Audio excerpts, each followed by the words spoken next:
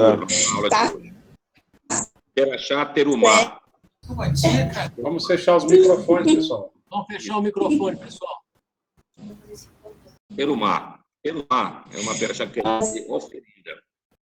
Então, Deus toma as oferendas, pede as oferendas do povo, com o objetivo de fazer o tabernáculo, fazer o mishkan.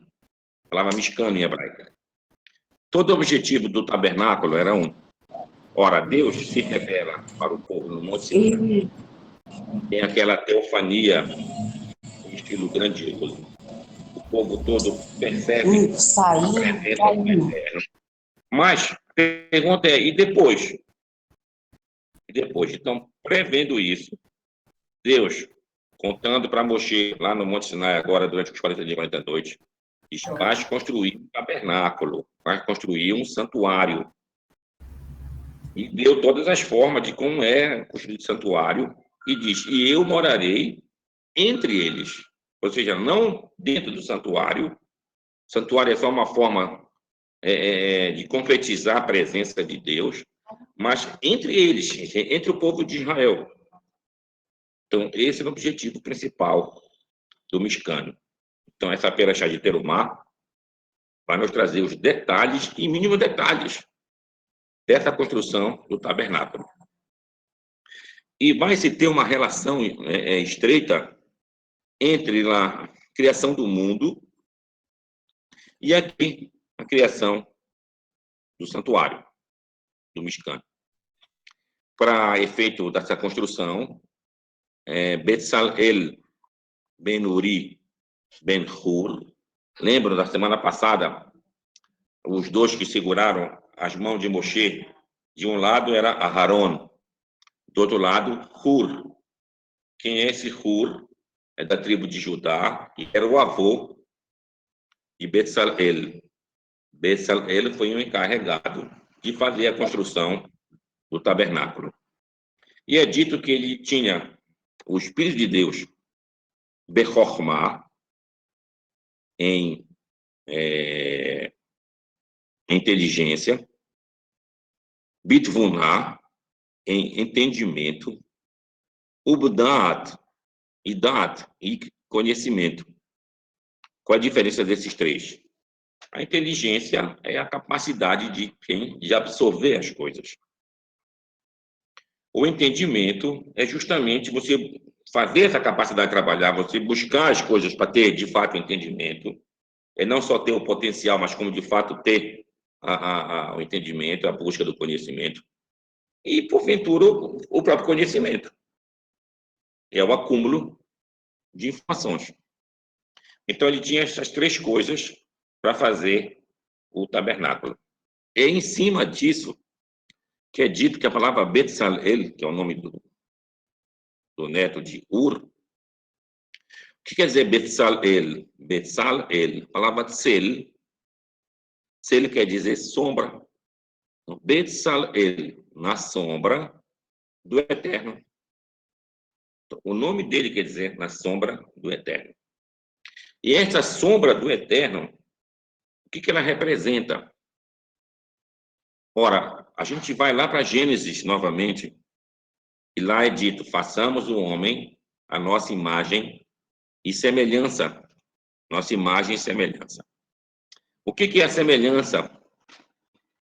Semelhança, a imagem de semelhança, Betsalmeno, Kidmuteno. Então, a palavra Selem é a imagem. Como assim imagem? A palavra Selem é também da palavra Sel, a sombra. Então, nós somos uma projeção desse mundo espiritual.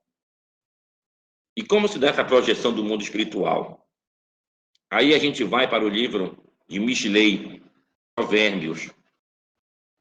Provérbios, número 3, capítulo 3, versículo 19 e versículo 20.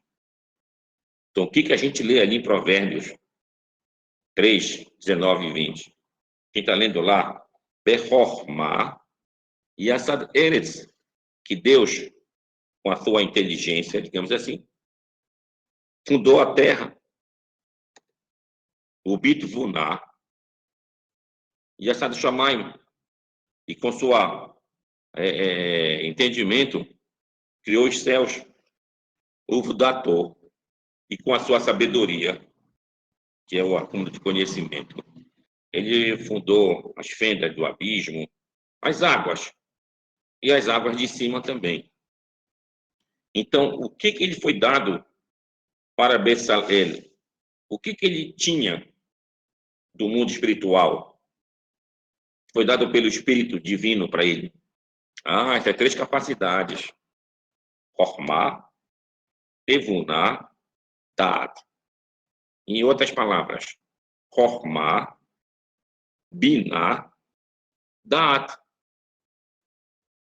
Você lembra aquela árvore da vida que tem 10 sefirot, as 10 esferas das emanações de Deus? Então, a primeira é Keter, é a coroa, bastante espiritualizada. Mas quando passa para o nosso mundo, tem a formar, de um lado, Biná, do outro, e a junção das duas dá o Da'at. Então, Bezalel, ele tinha toda essa capacidade. Então, é daí que é dito que quando você estuda a Torá no conhecimento bastante profundo, tu vai não ter somente a sabedoria que é o saber das coisas, assim como também o entendimento e a inteligência. Então, tudo isso era a capacidade que tinha justamente Bezalel. Então, Bezalel colocou em prática tudo aquilo que o Moshe absorveu nesses 40 dias, 40 noites no Monte Sinai, que era para dar continuidade à presença de Deus entre o povo. Entre o povo. E já era, de uma certa maneira, um remédio contra a idolatria. E a gente vai perceber que durante esse período que Moshe passa lá no Monte Sinai, os 40 dias, 40 noites, quando ele volta para desespero dele, para decepção do Moshe, o povo estava fazendo o bezerro de ouro. Então, mais do que nunca, ele percebeu a necessidade de se fazer o santuário. Fazer o santuário. E como era composto esse santuário? Bom, era um santuário móvel, havia parte da época do deserto. Nesse santuário móvel, tinha-se a entrada, tinha um pátio grande. Mas no centro do pátio, tinha um altar, uma rampa. Em cima do altar ficavam umas grelhas para se fazer os sacrifícios ali. Ao lado se tinha, mais para baixo, um lavabo, se lavar as mãos e os pés. Aí tinha a entrada, que seria da Arca Sagrada, que era justamente o próprio, a tenda da assinação, como é chamado em português, Ohel Moed. E dentro dela, a gente ia ter uma mesa de 12 pães, teríamos a menorá de 7 braços e um incensário, um altar de incensário. Aí tinha uma cortina, paróquia, onde na cortina era desenhado os querubim. Passando a cortina, seria a parte mais sagrada do santuário, ficaria justamente a arca sagrada propriamente dita, toda feita de ouro. O propiciatório, como é chamado, a tampa dela, tinha 2 querubim se fitando, um olhando para o outro. E dentro da arca sagrada ficava a parte mais importante do santuário, são as tábuas da lei, Luchot Haberit, onde continha lá os 10 mandamentos. Além disso, estava também os cacos da outra tábuas que foram quebradas. Depois ficou também o cajado de Moshe e também ficou um exemplar do maná. Tudo isso ficou guardado dentro dessa arca sagrada. Então, o que seria o santuário? O santuário a gente percebe como se fosse uma casa. Uma casa. Na casa tem um espaço enorme, que é tipo um pátio. Aí tinha a parte de se fazer o alimento, a matança dos animais, isso fora da entrada da casa. Tinha como lavar as mãos, fazer a sua higiene.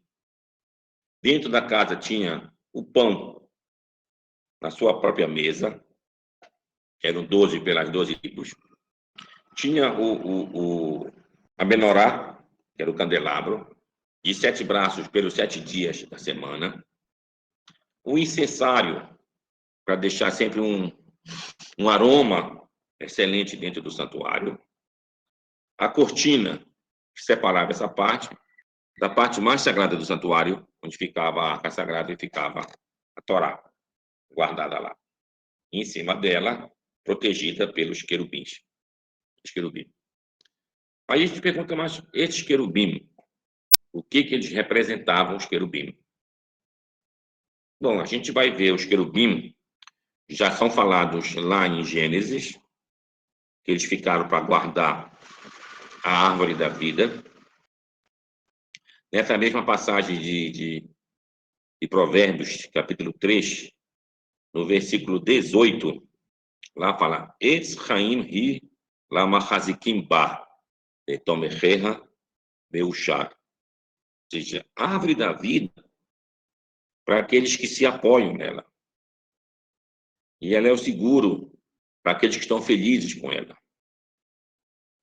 Então, a árvore da vida é justamente o que? O ensinamento de Deus. E isso vem com os querubim. Então, quem são os querubim? Querubim são anjos protetores. De que maneira? Ora, a gente pode falar aqui, primeiro, de visões antigas, que se via a divindade como se fosse um rei poderoso, e ao seu redor estava um séquito que o protegia. Isso é uma visão.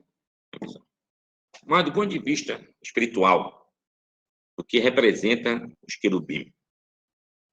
Ora, tentar entender o que é a palavra querubim, no plural de queruv, ou querubo. E o que quer dizer querubo? Pô, a gente for procurar pela Wikipédia, vai dar lá muitas traduções, muitas explicações. Pode ter uma palavra assíria, lá tinha o formato de uns leões com asas, são chamados de caribu, provavelmente é a raiz da palavra do hebraico, do querubim. São explicações. Mas a explicação da palavra em si é o seguinte: no hebraico se usa muito como posso dizer, a mudança de sílabas dentro de algumas palavras. Por exemplo, a palavra similar, quer dizer vestido. Vestido de mulher, por exemplo, similar. Agora, quando se usa essa palavra numa outra situação, tu muda o M pelo L. Similar, primeiro o M, depois o L, similar. Aí dá a palavra salma, primeiro o L, depois o M. Então, exemplo. Entre outros. Entre outros. Então, da mesma maneira, você tem a palavra queruv. Queruv, tá o kaf, um ponto dentro, resh, o vav, o shuruk, que é o u, e o veit, queruv. Então, se você muda essa sequência, vai dar a palavra rehuv, resh, aí vem o raf, vav, e o veit, rehuv. Só mudar essa sequência do resh com kaf. E queruv, rehuv. E o que é rehuv? Rehuv, a gente já entende o que é rehuv. Rehuv, da própria visão que o profeta Ezequiel teve, capítulo 1, 2 e 3, capítulo 10 também do livro dele, ele relata essa visão da aparição do Eterno, então ele vê esses querubim como se fosse um veículo. E Rehuv, queruv, seriam umas rodas. Umas rodas. E a palavra Rehuv vem de um formato hebraico que quer dizer, tipo, ajuntar coisas. Para tu formar alguma coisa, tu vai juntar isso aqui com isso daqui, para tu formar uma terceira coisa. Montar, em outras palavras. Uma montagem. Então, isso que é o Rehuv. Então, o Rehuv é o veículo, se fosse, da espiritualidade para trazer a sua energia para o mundo da materialidade, da matéria. Então, através do Rehuv, através do queruv. Então, por isso, quando o profeta Ezequiel visionou, ele via aquelas rodas rodando dessa maneira, tudo para entrar nesse mundo daqui. E ele viu também os rostos, como se fossem dos querubim, representavam as forças do nosso mundo aqui. Ele via a cara de um homem, via a cara de um leão, via a cara de uma águia. E aqui tem uma diferença: a cara de um boi, de um touro, e de uma outra passagem, deixa eu lembrar, depois eu me lembro, mas são 4. Vamos tomar por base esses 4: homem, leão, águia e o touro. Cada um no seu mundo representa a sua superioridade. Ser humano superior no seu mundo. O leão é o chefe das feras. O touro é o chefe dos animais que não são predadores. E a águia é a chefe do mundo das aves. Então a gente vê que os querubins representavam essas forças. Então a montagem dessas forças se simbolizam no nosso mundo aqui esse poder que vem de cima. Então, o que o Betsalel recebeu? Ele recebeu justamente esse poder de montar aqui, montar ali e fazer aquilo que foi pedido para Moshe durante 40 dias e 40 noites que permaneceu no Monte Sinai. Bom, então, dentro da construção do tabernáculo, aqui vem uma outra pergunta. Eles trabalhavam, quando começaram a trabalhar para construir o tabernáculo, todos os dias, já que era uma ordem divina, inclusive no Shabat?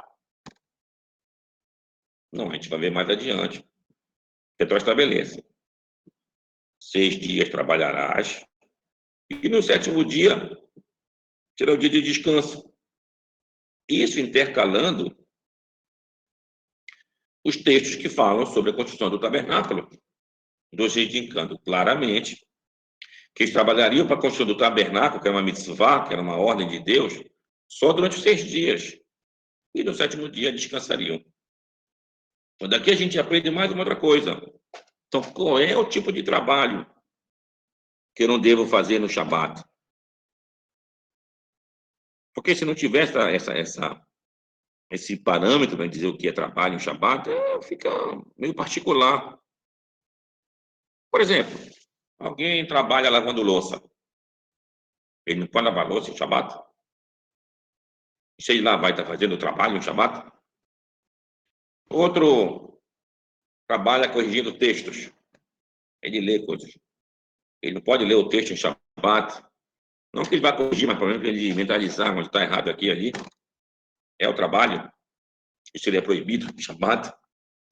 Então, eu não posso particularizar o que seria proibido para uns, permitido para outros.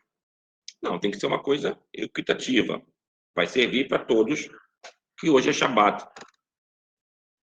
Então, todos os trabalhos que foram selecionados para a construção do tabernáculo, esses são proibidos no dia de Shabat. Então, qual foram os trabalhos selecionados? Bom, lá é dito que na construção do tabernáculo tem que fazer a mesa da proposição, a mesa da oração, em outras palavras. E essa mesa de pães. Pães. Como é que eu faço o pão? Hoje em dia eu vou na padaria, compro o pão lá. Mas como era feito o pão antigamente, cara? Onde eu tinha que arar a terra, adubar aquela terra, fazer a plantação, colher, recolher o que foi colhido, depois separar o joio do trigo, para depois eu fazer aquela massa, assar aquela massa, para eu ter o pão. Então, só nessa relação do pão, já foram selecionados 11 trabalhos. 11 trabalhos. Então, isso aí tudo é proibido no dia de Shabat. Depois a gente vai ver essa própria construção, tem o ato de fazer as cortinas. Cortina do tabernáculo. Depois, na brecha seguinte, a gente vai ver a vestimenta dos sacerdotes. Mas como é que eu faço? Eu tenho que chama-se isso? Tosar os animais. Depois dessa tosa, eu tenho que pentear aquilo ali, limpar aquilo ali, eu tenho que tecer aquilo ali, para fazer um tecido. Eu tenho que costurar, descosturar e assim por diante. Tudo isso é proibido no dia de Shabat. Depois fazer a tenda da assinação. O que é que fazer tenda? Tem que estender aquela parte dos tecidos, das lonas, fixar com as estacas. Tudo isso vai ser proibido no dia de Shabat, na construção. Fazer aquelas paredes do tabernáculo. Essas paredes, elas eram montáveis e desmontáveis. Então, mas se saber a sequência delas, elas eram como se fossem numeradas pelas letras do alfabeto hebraico, que é Aleph, Bet, Gimel, Dalet. Então, tem que escrever. Escrever é proibido em Shabat. No total, dá 39 trabalhos proibidos em Shabat. E quando é tirado esse tal de 39 é porque não caía o maná no Shabat. E o que é o maná no Shabat? O maná era um orvalho. O meu orvalho em hebraico, palavra tal, tet, lamed.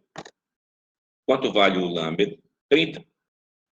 E o tet vale 9. Total 39. Então, esses são os trabalhos proibidos no dia de Shabat. O que os sábios fizeram?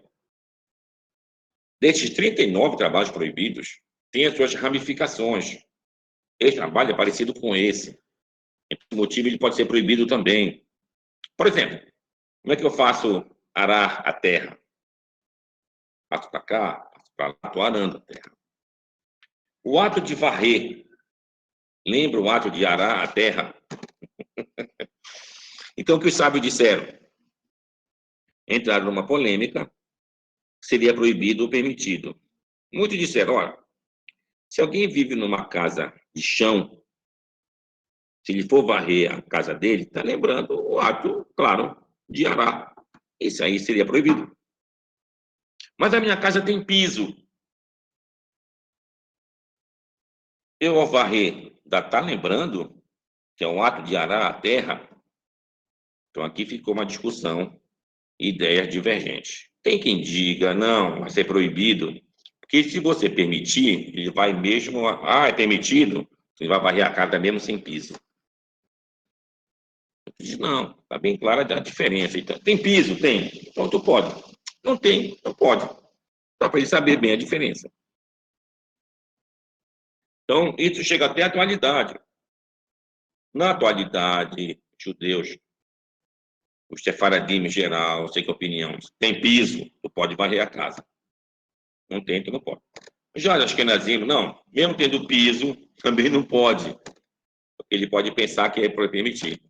Então, assim que funciona essa questão das leis que devem ser observadas desde a época de Moshe até os nossos dias. Então, conforme vai mudando a situação, as circunstâncias, o tipo de vida, tu tem que saber aplicar aquela lei, naquele modo, digamos assim, antigo, no mundo atual.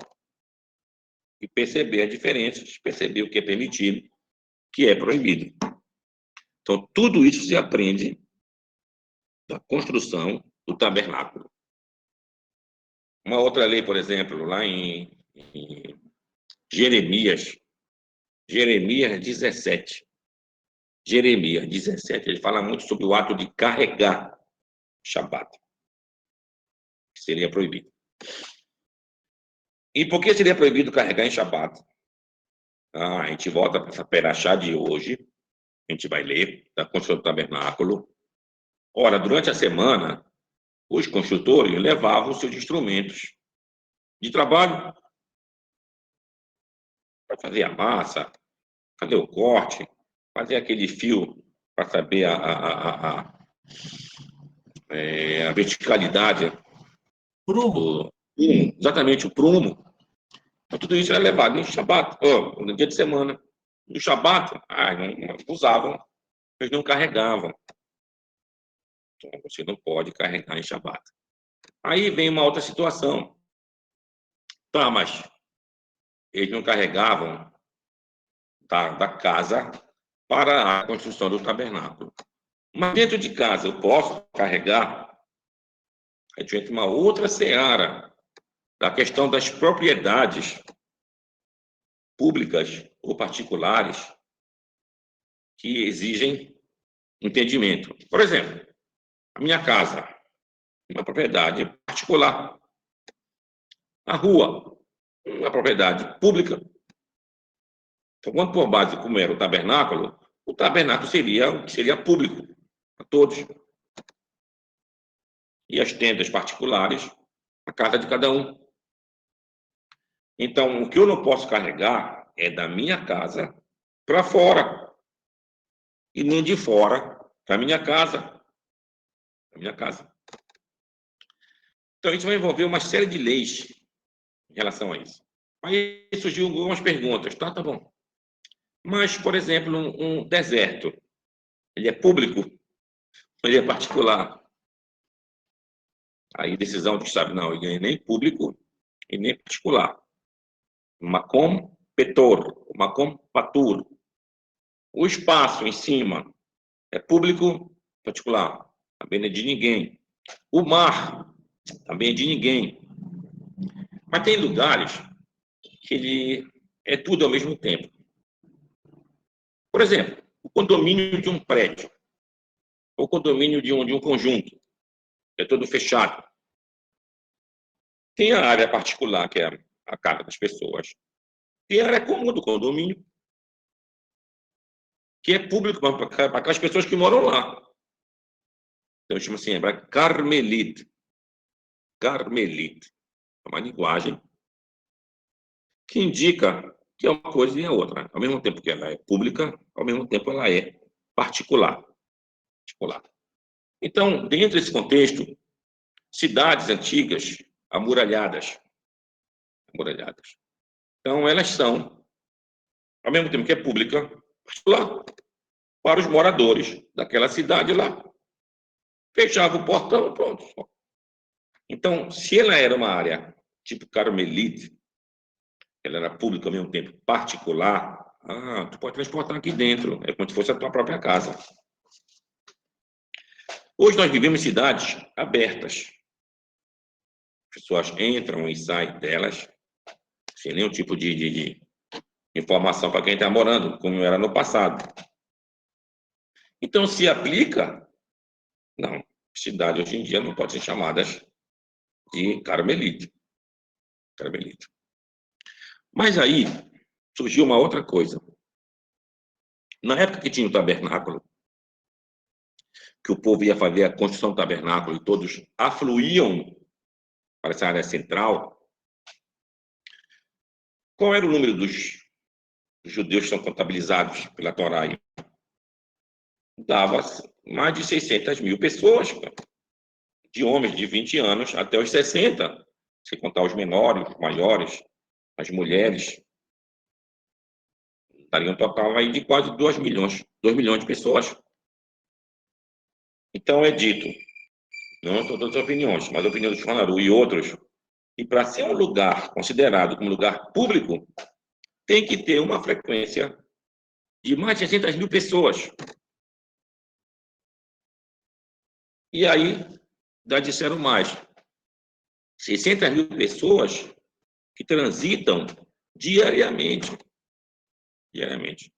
Então, que cidade pode ter lugares assim, que transitam diariamente mais de 600 mil pessoas? Cidades, talvez São Paulo, talvez Nova York, Tóquio, Xangai, essas cidades grandes do mundo inteiro, Nova Delhi, na Índia, provavelmente, que podem ser consideradas como, de fato,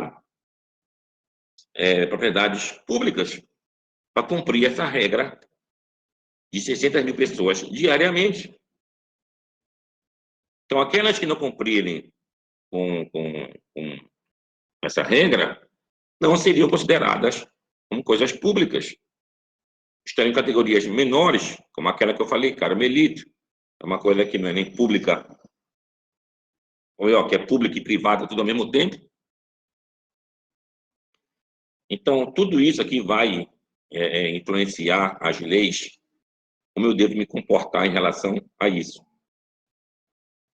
O que eles fizeram na atualidade, ou não tão na atualidade, mas depois que as cidades foram abertas, então se faz um eruvo. O que é um eruvo? O eruvo, eu vou unificar a cidade como se fosse, vou misturar a cidade como se fosse.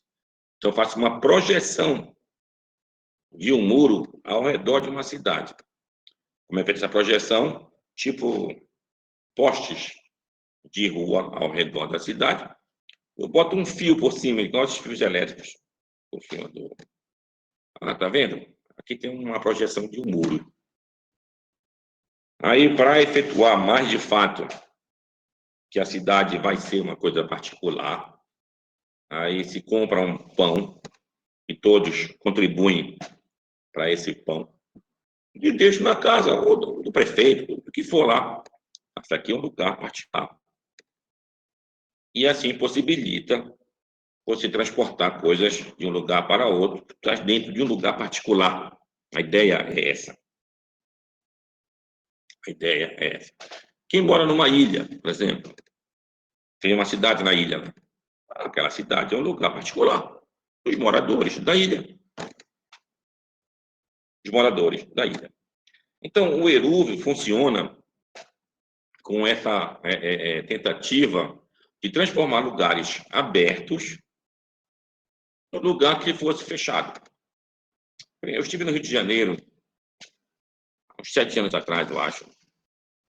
E então, o rabino do Rio de Janeiro, trabalha no Barilã, pela escola judaica, em Copacabana, ele foi nos mostrar o Erúvio que ele tinha constituído lá em Copacabana.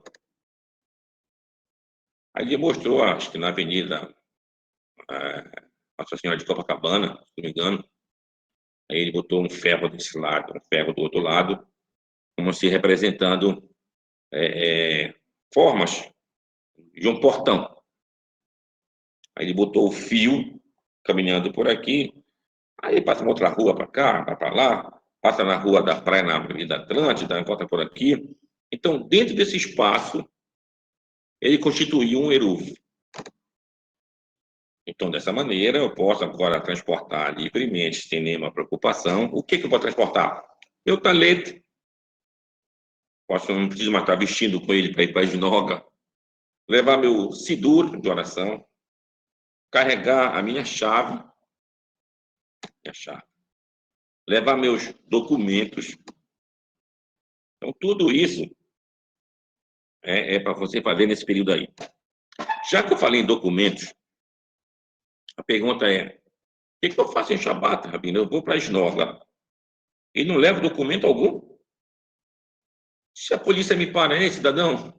Documentos. Não, hoje é Shabat, deixa para lá, mas não lhe dou. Como é que eu vou falar isso pro guarda lá, pro soldado lá?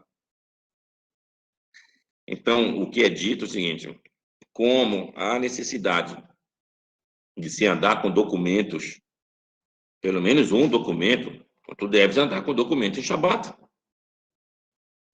Ah, mas eu estou carregando em Shabat. Então, aí, a gente vai considerar as cidades públicas em geral, não mais como a situação pública exigida pela lei, que tinha que ter aqueles 600 mil pessoas transitando diariamente. Então, seria uma propriedade em menor nível, tipo um carmelita. Aí eu transporto meu documento não da maneira usual. Por exemplo, a gente transporta documento usando no bolso. Quando eu for em Shabat, eu boto dentro da camisa. Aqui, ó. A camisa e vou até a esnoga. Chega na esnoga, eu boto no meu bolso. Quando eu sair da esnoga, boto de novo aqui na camisa. E assim não tenho problema de ser parado pela polícia e ficar sem documentos. Isso é um caso. Outro caso que alguém me contou há muitos anos, não sei se é verdadeiro, se é falso, mas pode ter algo de verdadeiro. Um judeu que foi em São Paulo, indo da sua casa para a sinagoga, lá teve um acidente, ou alguma coisa assim. E aí, procuraram, não tinha documento, levaram ele como indigente, o IML. Até a família saber que não tinha voltado, onde estava, e procurar, isso o quê. Quase leva o senhor lá como indigente. Então, tem que tomar muito cuidado, tem que ter realmente o bom senso, sempre o bom senso, para você cumprir com os mandamentos de Deus. Então, o que Deus quer que nós façamos no Shabat é que você se lembre que é Shabat. Então, você andar com seu documento, por exemplo, essa mudança pequena que você fez de não botar aqui, ah, por que eu estou fazendo isso? Ah, porque é Shabat. Ah, tá bom. É o suficiente. Então, outra situação, não se pode rasgar o Shabat. Uma daquelas 39 que eu falei, mas é rasgar. Tá, eu fui no banheiro, fazer minhas necessidades. Lá tem o papel higiênico, não estava cortado logo antes do Shabat. E agora? Eu não posso cortar o papel? Não, pode cortar o papel sem nenhum problema, cara. Kavod, Haberiot, a honra das criaturas está acima dessas pequenas pestiúnculas.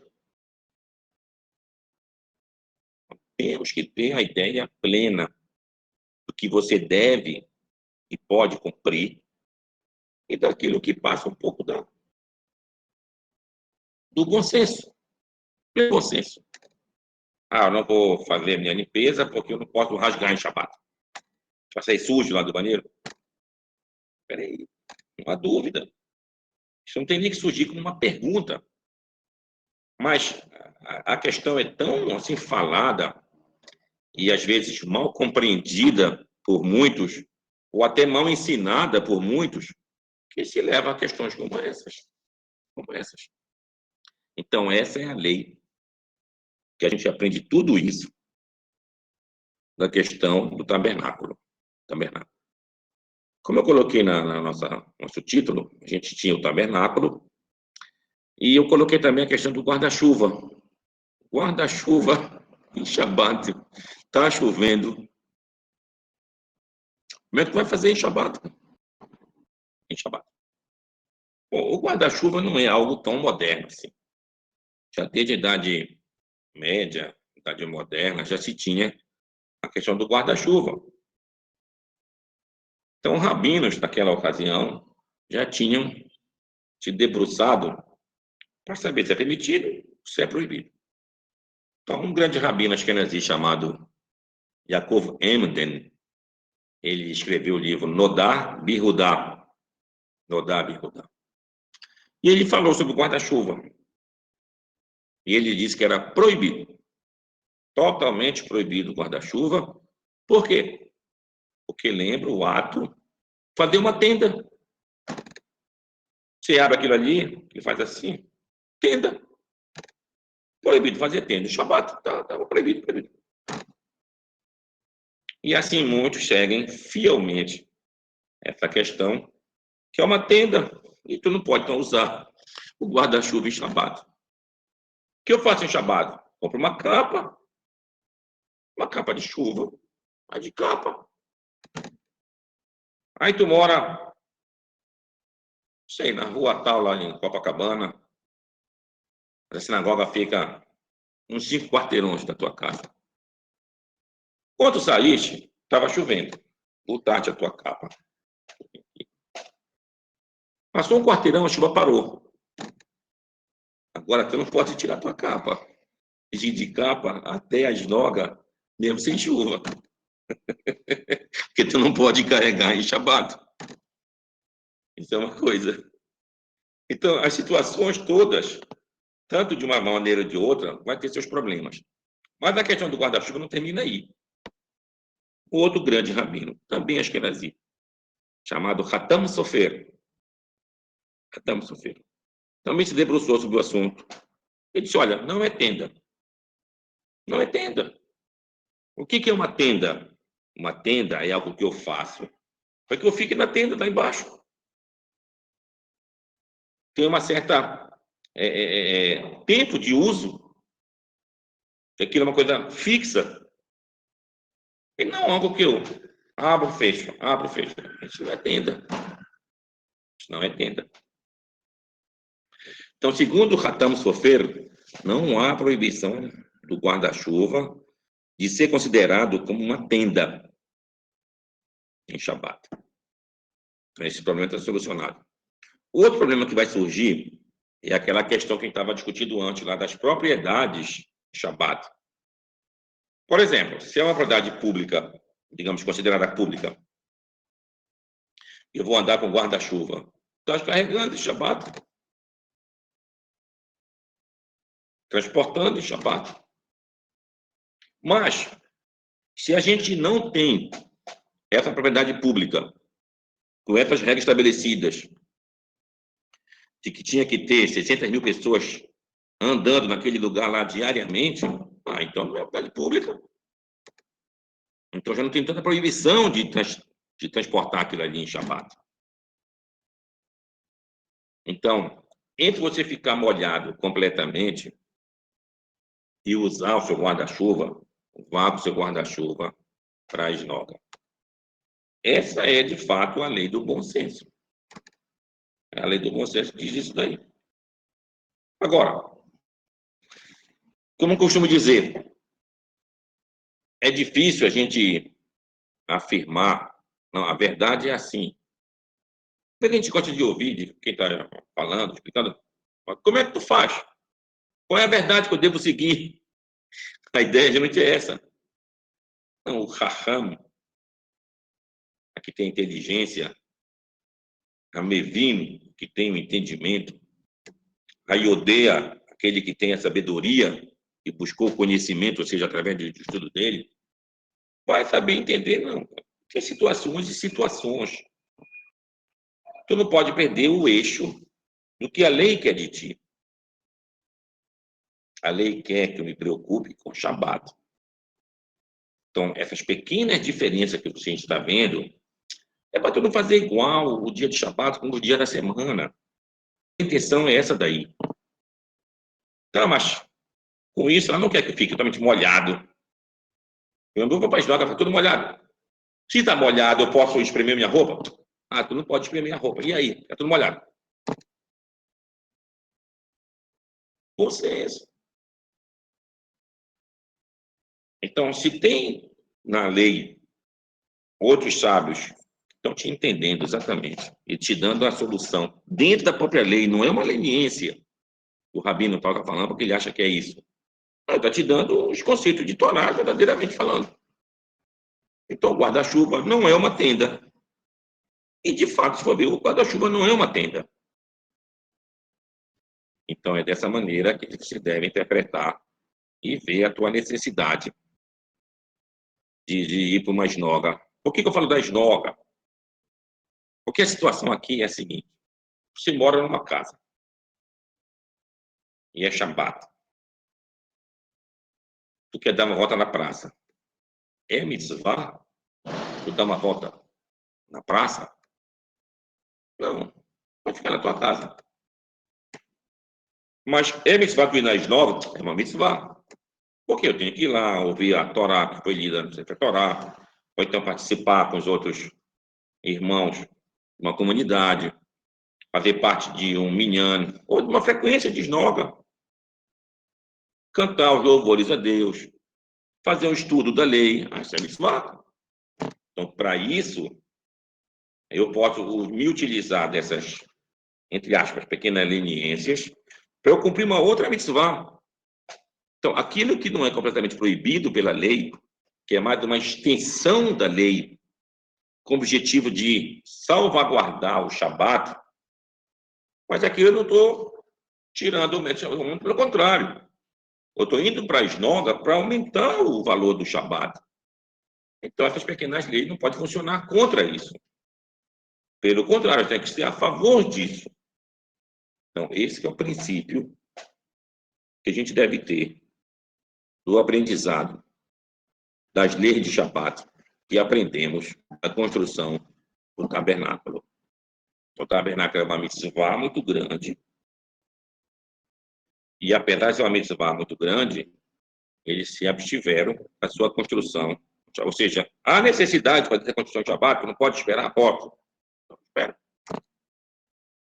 Então, essa aqui é a situação do Shabat. Então, tudo aquilo que for para você elevar o nome do Shabat e da procura pelo Eterno, você deve fazer em Shabat. As pequenas leis, que são uma extensão das leis proibidas, não é provavelmente uma lei proibida em si, e sim uma extensão, ou até vezes uma cerca que os sábios fizeram. Então, essa cerca, o objetivo qual era? Salvaguardar a lei. Então, se eu estou fazendo algo em prol da lei, logicamente que eu não estou contra as leis do Shabat. Então, até aqui a gente tem o nosso comentário da Perashá de Terumá. Terumá foram as oferendas que foram dadas: ouro, prata, bronze, depois a púrpura. E os sábios depois fazem uma relação disso daqui numa certa sequência. Qual é a sequência aqui? Lembra aquele sonho do rei da Babilônia, da Nabucodonosor, do livro de Daniel? Então, tinha a cabeça de ouro, tinha o tronco de prata, tinha as pernas do bronze e o pé era de ferro, e a base era de barro. Esse foi o sonho que teve o rei da Babilônia. Nesse sonho, ele pergunta para o Daniel: não, me diz qual foi o meu sonho e qual é a sua explicação. Ele não conta o sonho dele. Aí o Daniel teve que dizer: o teu sonho foi esse, sonhaste isso, e a explicação é essa. A cabeça de ouro representa a tua majestade. Depois de ti vem um reino menor, vai ser de prata, que é o reino dos Medos. Depois vem um reino menor ainda, que seria de bronze, reino da Pérsia. Depois vem um reino menor ainda, mas mais forte, que era de ferro. Os pés, mas embaixo dos pés era de barro, que ia tudo ruir. Para a chegada aí do último reino, que era o reino de Israel.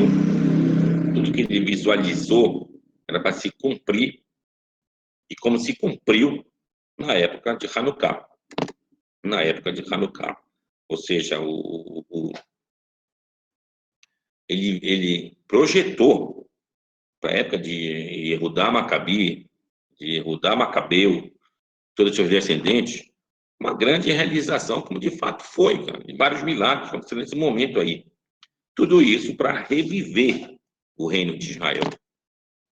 Então, é mais ou menos o que a gente está vivendo hoje em dia, o reino de Israel, e sabe dos problemas que a gente está enfrentando, como se enfrentou já no passado. Isso vai servir de base para nós hoje, de ter uma solução melhor. Vou terminar aqui, mas vou continuar rapidamente, porque semana que vem, quinta-feira, já é Purim. Quinta-feira já é Purim. Então, a gente não vai ter aula. Eu vou ver se a gente consegue passar ao vivo a transmissão do Arbit e a leitura da Megilá para todos nós aqui que fazemos parte da nossa aula. Então, Purim é a história de Esther, o livro de Esther, relatado na própria Torá, no Tanakh. O que conta essa história? Um episódio que se passa no reino de Ahasverosh. Quem seria esse rei Ahasverosh? É motivo de discussão, mas muito provavelmente pelo seu nome, Ahasverosh. Na última parte da Megilá, esse Ahasverosh aparece sem o Vav, como se fosse Ahashores. Ahashores, é o mesmo que Xerxes. Então, esse rei Xerxes, primeiro filho de Dario, ele que foi o Ahasverosh. Então, ele que tinha a mulher dele, Vasti, depois se casou com a Esther. Do ponto de vista histórico, Xerxes era casado com uma mulher chamada Esther, que lembra o nome Esther. Esther. É contada a história dele em Heródoto. Tem outro grego chamado Xenofonte. Também relata muito sobre a questão Ele tem um livro chamado Ciropédia, que é a educação de Ciro. Ciro, aquele rei da Pérsia. Então, ele fala como o Ciro como se fosse o exemplo de um grande governante. Ciro Paideia é o mesmo que ensina, é a palavra pédia que a gente tem aqui no português. Então, no livro dele, ele conta essa história. Já foi achado também que existia um funcionário que trabalhava em Shushan, de nome Marduka. Marduka lembra o nome Mordecai, que era o primo da Esther, o primo mais velho da Esther. Ele a educou como se fosse filha dele.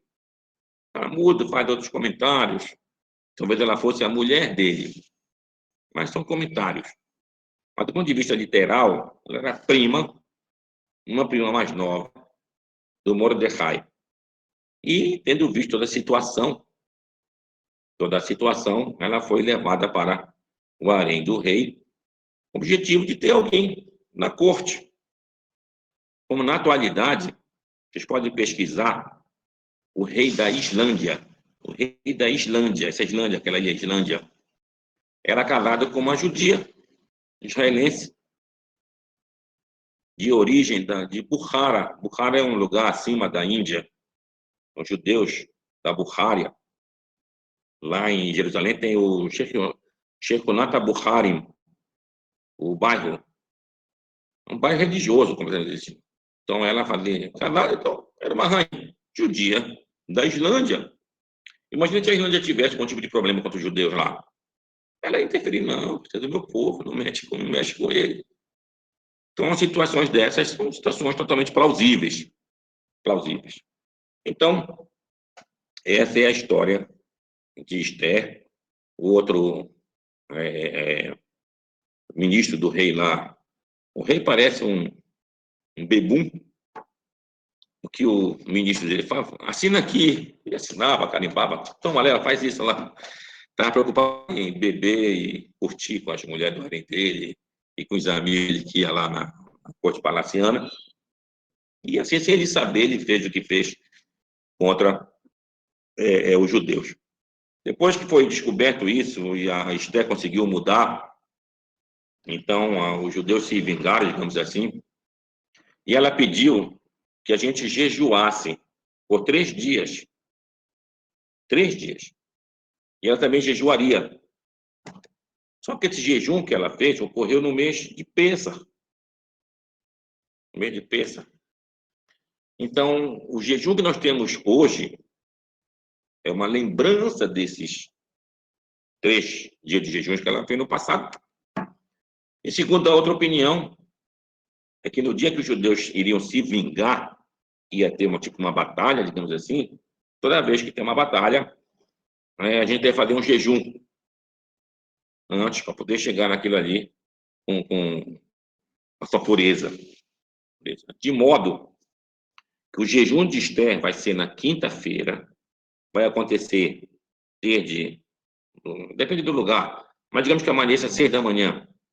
Então, antes do amanhecer, e deve ir até depois da leitura da Megilá de Esther. Aquele que tiver algum tipo de problema para fazer o jejum, não deve fazer o jejum. Porque esse jejum, como estou dizendo, não é um jejum totalmente obrigatório. É um jejum que é uma lembrança do que foi feito antes. Não é algo como aconteceu, por exemplo, aquele jejum da destruição do templo. Aquilo é uma coisa que vem de ano em ano, desde que aconteceu o episódio lá. Esse daqui não, isso aqui é só uma lembrança. Então, ele não é obrigatório, de modo aquele que tiver algum tipo de problema. Tem uma dor no olho. Tem uma dor no ouvido. A mulher está grávida. Isso aqui, qualquer coisa. Ele não deve fazer o jejum. Deve fazer o jejum. Aquele que estiver bem, quiser fazer, logicamente, que deve fazer o jejum, para justamente ter o mérito, chegar na quinta-feira à noite, vai na Junoga, vai se ler a Megilá.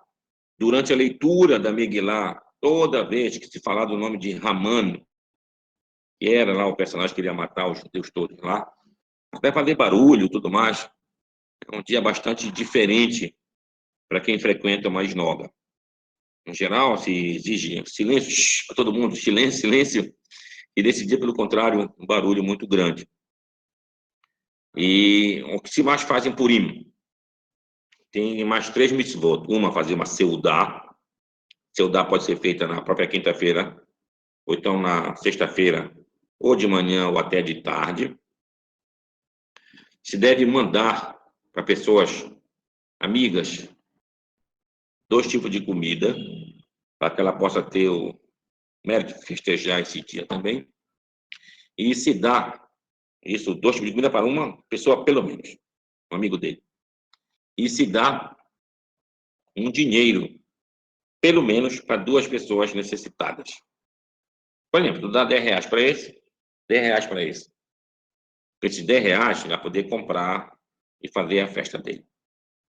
Então, o objetivo de tu ajudar essas pessoas, ou mandar comida para amigos teus, todo o objetivo qual é? Aumentar a alegria desse dia aí. E fazer a tua festa em conjunto. Então, lê a Megilá, ou escuta a Megilá, faz uma seudá grande festiva, manda para amigos e dá dinheiro para necessitado. Hoje em dia, mandar comida já não é mais tão comum assim. Como assim mandar comida? Que comida eu vou mandar para alguém? Então, como a gente já tem esses enlatados prontos, pode cumprir essa função de dar comida. Compra um atum, uma sardinha, que o sabor é diferente, e manda para um amigo teu. Essa é uma ideia de tentar cumprir uma lei dessa maneira. O objetivo é que a alegria seja grande do que de fato aconteceu em Purim. Bom, até aqui vou deixar aberto as nossas perguntas. Rabino, boa noite. Boa noite. Ulisses. Rabino, o senhor tocou aí sobre algumas questões a respeito do que não se pode fazer no Shabat, e eu queria perguntar para o senhor em relação, por exemplo, sobre o celular. A gente vê hoje em algumas comunidades, e aqui eu não vou nem entrar no mérito, por exemplo, das comunidades religiosas que são liberais, que elas, de fato, elas usam o smartphone no celular, mas no seu ponto de vista, o senhor acha que... Porque, assim, o celular a gente sabe que é um mundo aberto para muita informação, né? E isso tira a gente totalmente a nossa consciência totalmente do Shabat, por mais que a gente não queira. E a gente vê que hoje isso se passa assim, despercebido assim, por muitas pessoas. Pessoas querem guardar o Shabat, mas querem usar o celular. E na época que os sábios legislaram a respeito dessas questões, não existia o aparelho celular como a gente tem hoje ainda, né? É verdade. Olha, é assim, sendo bem claro, objetivo, o celular, ele é proibido, vamos partir dizendo, ele é proibido em Shabat. Quais exceções você deve usar o celular, ou pode usar o celular? Bom, lógico, situações de enfermidades mais variadas. Eu uso o celular. Para uma situação, sei, complicada para outra coisa, aí tem uma necessidade urgente de falar com alguém, pode usar o celular. Mas, você levar para a esmola, algo C. Aí eu vou para a esmola, mais ou vou para a esmola, mais alguém está com coisa. Bom, aí é diferente, leva teu celular. Deixe de modo silencioso. Até tu perceber a necessidade de chamar, mas então, as situações são bem claras. Agora, não levar o celular, de joguinho o tempo todo, ou então está vendo vídeos mais variados possíveis, isso é proibido. Não há a menor dúvida. Não há a menor dúvida. Então, muita cautela até a necessidade de se usar. Como estou dizendo, questão sempre do bom senso. Se tiver necessidade, se a necessidade de envolver situações de risco, principalmente, use o celular, lógico, não há nem dúvida. Por exemplo, vou dar um exemplo não muito relacionado, mas o argumento que ela utilizou serviu. Estava numa aula de psicanálise na faculdade, para uma professora. E ela chegou, o professor da aula tocou alto o telefone celular dela. Aí, geralmente se reclama de aluno, né? Olha, teu celular, para atrapalhar a aula. Tocou da professora, bem alto lá. Ela disse, não, eu estou com meu pai doente e preciso estar acompanhando as coisas dele. Ela foi, atendeu, falou e viu a necessidade. Tinha vezes que ela tinha saído de sala, outras vezes não. Então, é uma necessidade. Ela tinha que romper uma certa regra, que era a regra do silêncio da sala, para ter uma maior ajuda para o pai dela. Bem compreensível, não tinha como ninguém colocar em questão nada da situação daí. Da mesma maneira, uma situação parecida com essa em relação ao Shabat. Estamos todos aqui devotados para fazermos adoração ao Eterno. E eu não quero perder, eu quero ir, quero participar lá. Mas tem uma situação um pouquinho anômala na minha casa lá. Eu levo aquilo ali, se a necessidade, você sai, uma dúvida de se está um uso perfeito. Então, necessidade, usa. Então, nesse caso, Rabino, por exemplo, uma pessoa que tem uma mãe idosa e é aconselhável deixar o celular ligado, por exemplo. É aconselhável deixar o celular ligado. Uma mãe idosa, não há dúvida que tem que fazer isso. Tem uma piada, bom senso, tem uma piada que representa uma verdade. E envolve a questão ortodoxa e tudo mais. Né? A piada é assim. Um judeu, de pai e mãe, chegou com o pai dele e disse, pai, vou me casar. Que legal, meu filho, que bacana. Mas a mulher é goiá. Você sabe o que é goiá? É uma não judia. Meu filho, que isso? Para casar com uma goiá, não faça isso. Não, papai, mas eu a amo. Ela me ama também. Quero fazer um casamento com ela. Tá bom. O pai, não. Não ficou muito feliz, mas tudo bem. Passado um certo tempo, o filho, não, eu tenho que converter minha mulher. Tem que ser agora uma judia. Cara. Eu vou na festa lá em casa, peça, que tudo, isso aqui. Minha filha tem que começar a estudar. Aí compra um macho para ela, compra um seguro, vai ter aula com o rabino lá, com a mulher do rabino. Aí começa, estudando aqui. Eu passo 1 ano, 2 anos, de muito estudo. Aí quer fazer a conversão, mas aí o rabino cobra. Não, mas você tem que cumprir as coisas. Shabat, você não pode tocar no celular. Shabat não pode fazer tal coisa, é Shabat. A mulher pressionada, e depois já adotando que estava a verdade, daí tá bom. Só que aí não só ela não podia mais fazer isso, como o marido dela também, né? E tinha que acompanhar ela. Então, daquele judeu relapso que ele era, judeu mediano, ele passou a ser um judeu cumpridor, ortodoxo. Tá bom. Foi, se converteu, passou a fazer tudo, né? Chegou num certo Shabat, depois de alguns anos, né? O pai já ligar o filho, né? Shabat. Ligava, o filho não atendia. Até que ele não aguentou, ele foi bater na casa do filho lá, esculhambou com ele. Tô te ligando, rapaz, tá pegando fogo lá o negócio do nosso trabalho, cara. E tu não atende telefone, cara. E o filho disse, pai, é Shabat. Eu não posso agora estar transgredindo, cara. A gente não teve que fazer a conversão da minha esposa. Aí o pai disse, não te falei para tu não casar com Goiás, cara. Olha aí.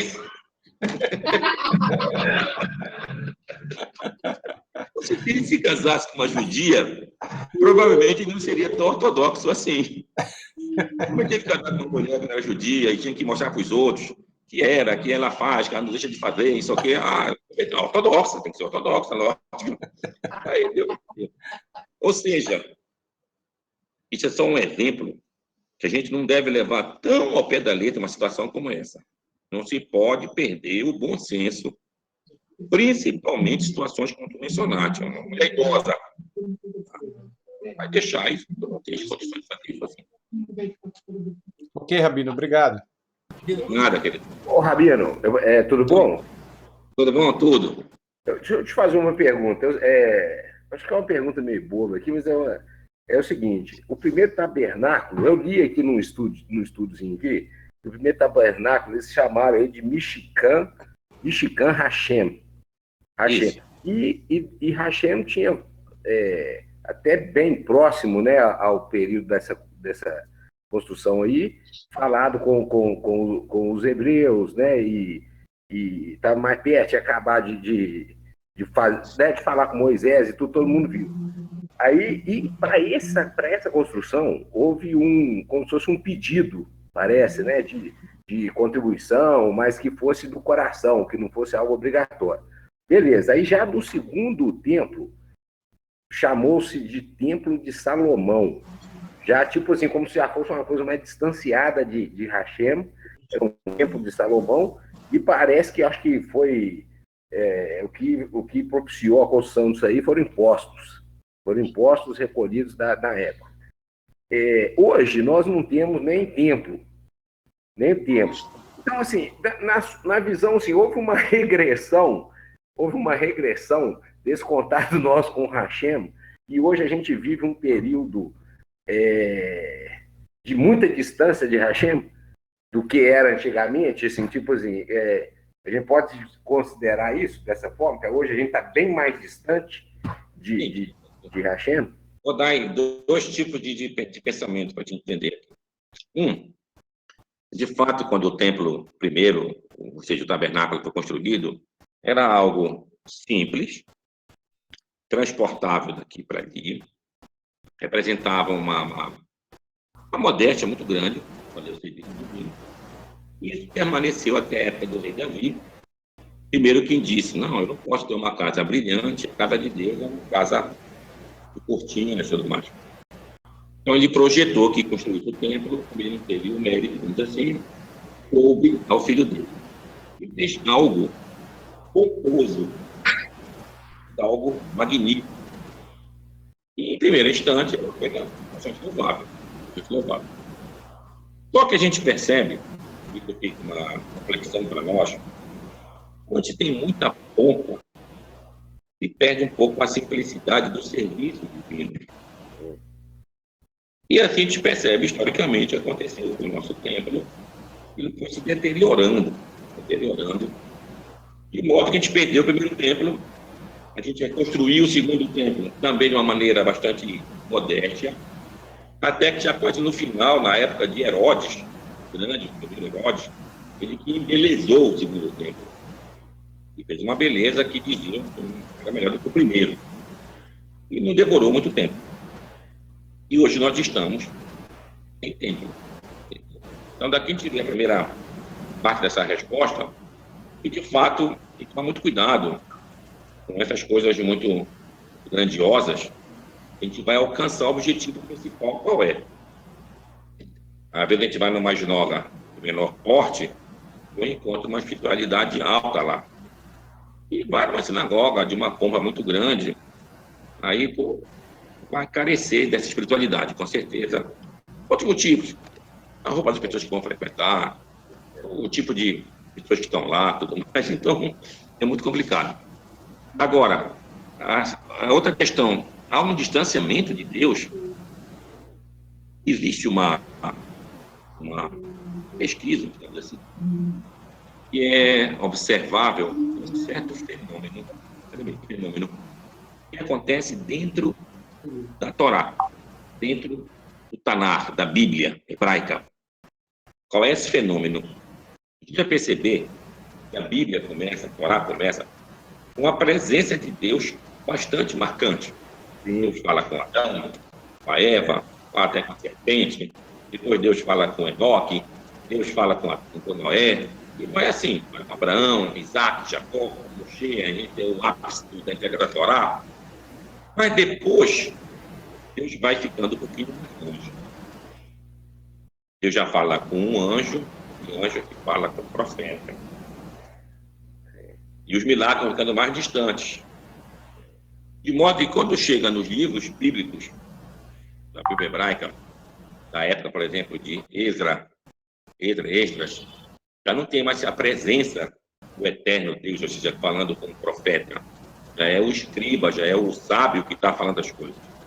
E no livro de Esther, que a gente vai ler em Purim, não aparece nem o nome do eterno mais no livro. Então, há um distanciamento visível dentro da Bíblia hebraica. A pergunta é, por que esse fenômeno acontece? Uma das explicações é que esse distanciamento do eterno é como se fosse um crescimento da humanidade. No primeiro momento, a humanidade seria como criança. E o pai está presente o tempo todo. Toma cuidado com isso, faz aquilo, come agora, isso, o quê, papapá. Quando a criança vai crescendo, vai ficando independente. Então, esse é o distanciamento que existe em relação ao que estamos vivendo hoje. Então, nós estamos num crescimento da humanidade, uma certa maturidade. E nessa maturidade, a gente está colocando Deus, o Deus está mais distante. E a nossa responsabilidade, ela aumenta. E aqui está o grande risco dessa questão aí. E a pergunta, a gente está sendo responsável ou a gente vai para o abismo? Essa é a questão que está dando. Tá bom, meu querido? Muito boa resposta, obrigado. Rabino, tudo bom, Oi. Rabino? Oi, tudo bom? Tudo bom? Tudo bom, feliz Nosso de amigo novo estar Marcos aqui. Zero. Muita água aqui. Muita água também no Marco Zero, né? Rabino, só uma dúvida. No caso, o Purim é Yom Tov, não é isso? Não, o Purim não é Yom Tov, naquele Certo. sentido que entende igual ao Shabat, ser proibido várias coisas. O Purim é um dia de alegria, mas é um dia comum. Tudo você pode fazer nesse dia, inclusive até trabalhar. Tá. E no caso, só uma dúvida aqui. Digamos que é porque tem a ver com a minha dúvida, né? Como não é Yom Tov? No caso, se fosse Yom Tov e sexta-feira não fosse Purim, certo? Mas ele coincidia na véspera de Shabat. No caso do acendimento das velas, o Yom Tov coincidisse na véspera de Shabat, seriam aquelas duas bênçãos das velas? Era. No caso, só se for na véspera. A vela de Shabat e a vela de Yom Tov, está correto. Certo. Tá E no correto. caso, se fosse no domingo, aí no caso seria aquela permissão que se faz para que se pudesse transferir o fogo para poder cozinhar no domingo? Seria isso? Se caso Aí fosse no domingo. passa o Shabat, tá correto, passa o Shabat sem fazer nada.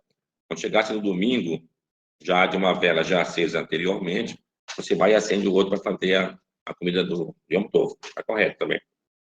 No caso de Yom Tov, é permitida a transferência de fogo Certo. e é permitido cozinhar também, tendo a necessidade de comer naquele mesmo dia lá. Tá ok. Tchau, João. E com relação à árvore da vida, o senhor falou uma coisa interessante, né? E, né, Keter, né, e tal, e da arte fica ao centro, né? No caso aqui, né? Engraçado que nós estamos no Malhut, não é isso?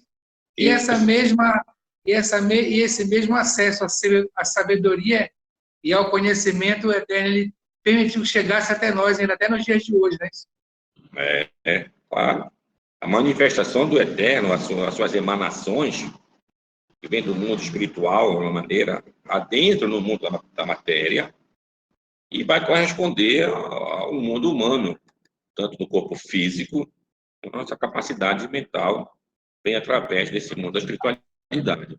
E a árvore da vida, ela que faz esse veículo da espiritualidade até a chegada a nós. Obrigado, meu Rabino. Um abraço, querido. Rabino Luiz, Luiz. fazer uma pergunta para o senhor aqui, porque o senhor falou sobre os pães da preposição. Só que eu tenho duas dúvidas aqui. Duas dúvidas. Na Torá fala, o senhor está ensinando hebraico, eu vou falar em hebraico. Tá bom. Benatata al ashulchan lechem panim lefanai tamid. Tem duas palavras aqui que não correspondem para mim, pelo menos, no meu entendimento. Primeiro, proposição está como panim. Panim é face. Face. Tá certo ou não? Não sei. Tá correto. E a outra é tamid. Tamid é continuamente, não é correto? Não seria... Noé foi chamado de tamid. Não, peraí. A primeira parte, vamos lá. Na primeira parte, Lechem Panim, Lefanai, Tamid. Então, Lechem Panim, vou botar assim, pão de faces. Pão de face quer dizer que ele é assado dos dois lados. É como se tivesse aquela, como hoje em dia tu tem o pão da frente, tem a costa do pão, né? Não, seria o pão de dois lados. Então, Lechem Panim. Lefanai. Exatamente, de um lado e do outro. Assado aqui assim. E a palavra tamid não é a palavra tamim, lá do Noé. Tá. O Noé lá é tzadik, Sabe? bedorotabe. Então, tamim quer dizer aquele que é completo, que é correto. E é com dois mem, né? Tav, mem, yud, mem. Aqui é tamid, e temidut quer dizer uma coisa contínua, tá correto? Uma coisa sempre. Entendi. Então tá. Então, continuamente. Então, o paninho aí não é face, é por causa do assado. A face, mas é a face dos pães. Dessa face, desse lado, desse lado. O assado, então. Assado duplamente. Tá. Porque ficou meio esquisito esse negócio. Claro. Você está dentro do tabernáculo, você tem lá a menorá, tem tudo. Aí fala assim, pô, o pão tem que estar diante da face de Deus, então? A face de Deus, como assim, né? Não deu para entender. Estou dando a barra. Nada, querido. Um abraço. E, Rabino, por falar em pão, até os trançados as tranças do pão, elas estão também ligadas à árvore da vida, né? Claro, a árvore da vida, logicamente. Então, tudo que a gente faz para Shabbat é para lembrar justamente a nossa fonte principal, que é o Eterno, nossa conexão com Deus. Então, está na comida, está nas palavras que eu vou expressar, está nas músicas que eu vou cantarolar, está na alegria que eu vou receber disso daí. Então, eu vou concentrar tudo durante a semana para que eu tenha esse ápice durante o Shabbat, dessa grande felicidade. É isso aí, meu amigo. Muito bom. Então, já que ninguém está perguntando, Rabino, eu estou descontando que eu não participei. É verdade. Na semana passada, nós falamos sobre a questão dos metatrons, um comentário assim, muito interessante, né? E hoje o senhor falou a respeito também dos querubins, né? Isso, dos querubins, certo. É correto a gente dizer que eu vi algo a respeito, que esses dois querubins, eles são Sandalfon e Metatron, Tu está estudando muito já. Não, porque foi uma... Tá vendo que te amo. Mas, Não, porque é assim, né? É assim, se eu vejo algo, né? E é interessante assim, a gente tirar as dúvidas da gente, porque é o seguinte: o senhor já falou hoje sobre Da'at, sobre o conhecimento, a importância do Betzalel, está ligado diretamente à construção do templo. Então, se caso o Betzalel ele não tivesse esse conhecimento e não tivesse uma certeza daquilo que ele ia fazer, certamente as coisas com relação ao Mishkan, elas sairiam defeituosas. Isso. Né? Então, se eu vejo algo, por exemplo, uma situação ou do nível desse, eu tenho que ter as minhas convicções, elas direcionadas para o modo correto. É por isso que eu faço esse tipo de pergunta, porque são coisas assim muito interessantes. Não, E o senhor que tocou semana passada, eu achei muito fantástico. Por isso que eu estou perguntando. Deixa eu só falar uma coisinha rapidinho aqui. Sandalfon e Metatron são anjos. Querube, ele é uma classe de anjo, mas não é uma classe de anjo diferente, não é, Rabino? É verdade, diferente. É Jeremias e Enoque. É o contato da espiritualidade com o mundo da matéria, que é o veículo. Chama-se Maaseh Merkavah. Então, quando você visualiza a situação como fez o profeta Ezequiel... A carruagem, né? A carruagem. E assim, das viagens mentais, ou viagem astral, como a gente queira chamar. Então, isso é uma conexão com a eterna espiritualidade, se dá através dos querubins. Já nós temos os serafim. Os serafim, bem colocados, já é um nível maior. São aqueles que queimam, são ardentes. Então, nessa categoria mais alta, a gente vai ter outros anjos aí, o Sandalfon, o Metatron, e outros anjos com outros nomes mais variados. Esses nomes representam aquelas qualidades que eu falei para vocês, os atributos divinos. E são as canalizações desses atributos, mais uma vez, da espiritualidade, do mundo do infinito, do eterno Deus, nosso mundo da criatura, do mundo finito, que nós somos nós. Então, se dá dessa maneira aí, através dessa situação. Tu falaste mais alguma coisa sobre além do Sandalfon, era dos anjos, Metatron, Sandalfon. A respeito dessa situação, né? Do conhecimento, de a gente colocar para que não venhamos a fazer coisas defeituosas. Lembrei agora. Então, o conhecimento, olha como se dá isso no mundo que a gente conhece. Nós temos, segundo a Torá, 4 tipos de conhecimentos. Temos o conhecimento empírico, é aquele que tu observa as coisas e tu aprende pela visão, pela tua observação. Depois disso, chega no conhecimento científico, que eu vou basear em experiências que eu vou repetir algumas vezes para ver o mesmo resultado. E eu creio disso uma certa certeza. Depois eu vou ter um conhecimento filosófico, vou tentar explicar o porquê disso ou daquilo. Mas o 4º conhecimento é o conhecimento revelado, que vem do alto para nós. É o caso de Betzalel e outros grandes sábios que tem essa conexão aí. Rabino, mas teve, além de Betzalel, teve a Holiav. Foi, a Holiav, Batar-Kissamar, da tribo de Dan. Da tribo de Dan. Exatamente. Bem lembrado. Bem lembrado. Todos os dois receberam capacidades, exatamente. Todos os dois receberam a porção espiritual para a construção do tabernáculo. Eles não viram o tabernáculo, né? Quem viu foi Moisés. Foi Moshe. Mas quem transmitiu e a capacidade de absorção, de entender como é esse funcionamento e como se dá aquilo ali, é impressionante. Betzalel é o gerente, né? Como é? Betzalel é o gerente. Gerente, é verdade. Mas essa questão do conhecimento vindo do alto, só para terminar aqui nosso comentário, algumas grandes personalidades da humanidade também tiveram essa mesma situação. Aquele Nikola Tesla. ele tinha suas visões e tudo mais, assim, ele aprendia aqueles cálculos.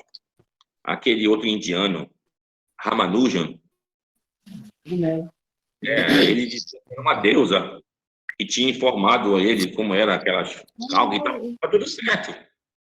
Era coisa que de fato era. Então a gente vê que tem coisas que vêm do alto realmente para chegar ao conhecimento revelado daí. O próprio Da Vinci também, né, Rabino? Isso, nada é. O que aquele cara desenhou de coisas aladas. Praticamente sobre humanas. E anos na frente, né, séculos na frente, vieram a ser quase que praticamente realizados aquilo que ele inventou. É fantástico. É fantástico isso. Rabino, Ou não? eu vi uma reportagem muito interessante, não sei se eu vou recordar o nome agora, que fizeram uma pesquisa a nível mundial muito profunda, um instituto muito sério, das 4 mentes mais brilhantes que essa terra já teve. 3 eram judeus. É inacreditável, né? Só Friedrich Nietzsche, que era inglês. Mas Freud e outro, não estou lembrado agora. Einstein. E tem outro que eu não estou lembrado, não sei se foi Marx, não sei. A nível de intelectualidade, de conhecimento, eles foram colocados 4... Oi? Karl Marx. Da mitologia tinha falado Karl Marx, né? Então, das 4 mentes mais brilhantes da história da humanidade, 3 judeus, desculpa aí, né? E o inglês, né? Mas vê que Marx não poderia ter sido, não, né? O Marx, poxa, o cara ficou pro outro lado, Karl Marx. A história de Marx ele é controversa. Porque, não, mas eu quis falar, eles fizeram uma pesquisa a nível de inteligência. Nesse nível eu quero falar. Mas que foram 4 judeus, 4 judeus e o inglês. Muito interessante, viu, Rabino? É interessante, demais. E pode se usar para o bem ou para o mal, né, Rabino? Mas lógico, a inteligência ela não quer dizer que o coração é bom, né? É inteligente, mas o coração a gente não sabe. É verdade. É por isso que é melhor consultar quem sabe, para que você pegue esse conhecimento que você recebe, para que você aplique de forma correta. Salmo 111, que é o salmo que a gente lê no sábado de tarde, Reshit Formar e Hashem. O começo da formar, da inteligência, é o temor a Deus. O próprio Freud morreu, ele criou uma criação fantástica e morreu com a própria criação, né? Foi a anestesia através da cocaína e morreu por causa da cocaína, né? Como ele chegou ao anestésico e tal, depois acabou viciado na própria substância que ele conseguiu fazer. Quer dizer, ele não conseguia ter um autocontrole, né, Rabino? Era uma coisa fundamental para conseguir, né, para a pessoa conseguir levar a vida. E foi fantástico, né, de mente. Serviu para as gerações que vêm adiante. Mas esse equilíbrio é o que se tem na árvore da vida. Se tu não tiver esse equilíbrio, tanto da bondade extrema, da resistência extrema, tem que ter um equilíbrio. Se perde aí. É porque ainda tinha o Rabino Moisés para consultar.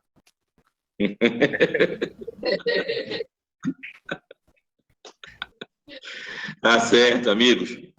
Para vocês todos, um grande Shabbat. Shabbat Shalom, Rabino.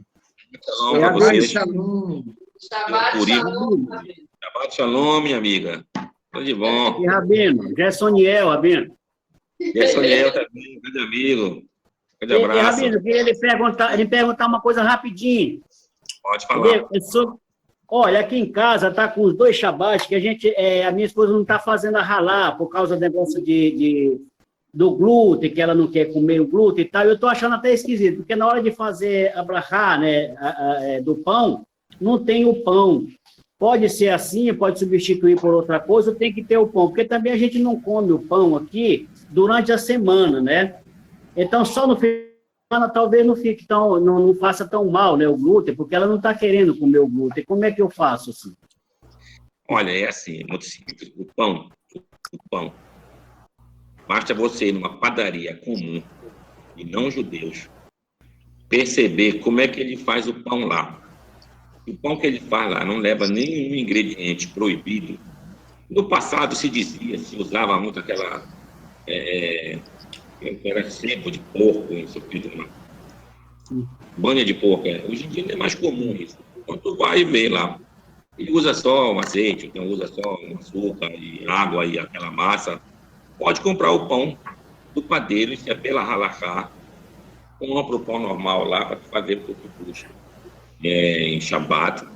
E se a mulher não puder comer, dá um pedacinho para ela, se não der nem isso também, tudo em prol da saúde, com certeza. E pode até comprar o pão, não tem pão sem glúten, evento que tem,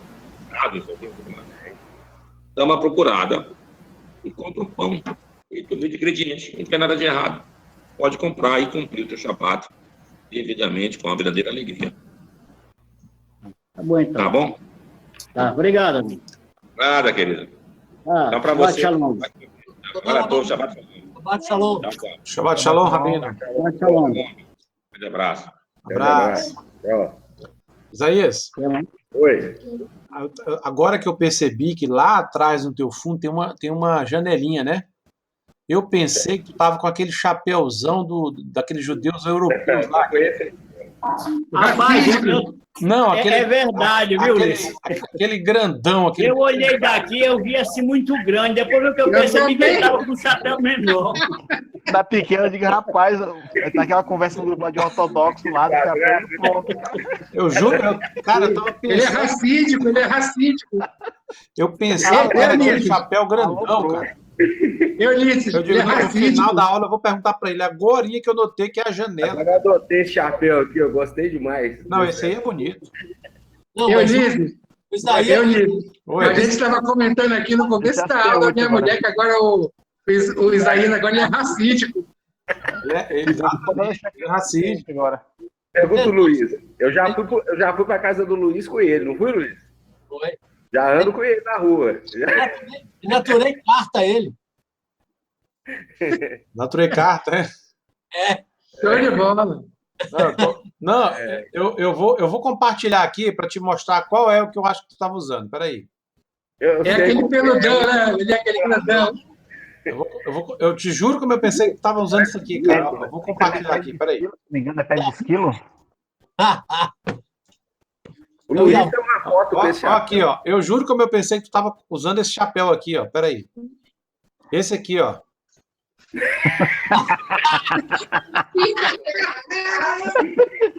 Vou só deixar crescer a P8 agora. Deixar crescer a P8 agora. Esse aí, quando ele cresce, tem que fazer a barba nele. Cara, Tá aqui, olha aqui, Ulisses. agora no finalzinho da aula que eu notei que era a janela, cara. Tá escrito aqui, Ulisses, racídicos, o chapéu dos racídicos. Eu pensei que era esse que também, ó. chapéus enormes. Desde o começo da aula. Isso é bom agora lá, porque tá nevando. Agora, isso aí no calor de 50 graus, eu quero ver o cara usar um negócio desse. Não, é muito comendo a P8 aí, ó. Isso aí é só judeu russo. A hora, meus amigos. Um abraço para vocês aí. Shabbat Shalom, viu? Shabbat Shabbat Shalom. Os caras falam lá, tá russo. Tá russo? Tá russo. Tá russo. Abraço.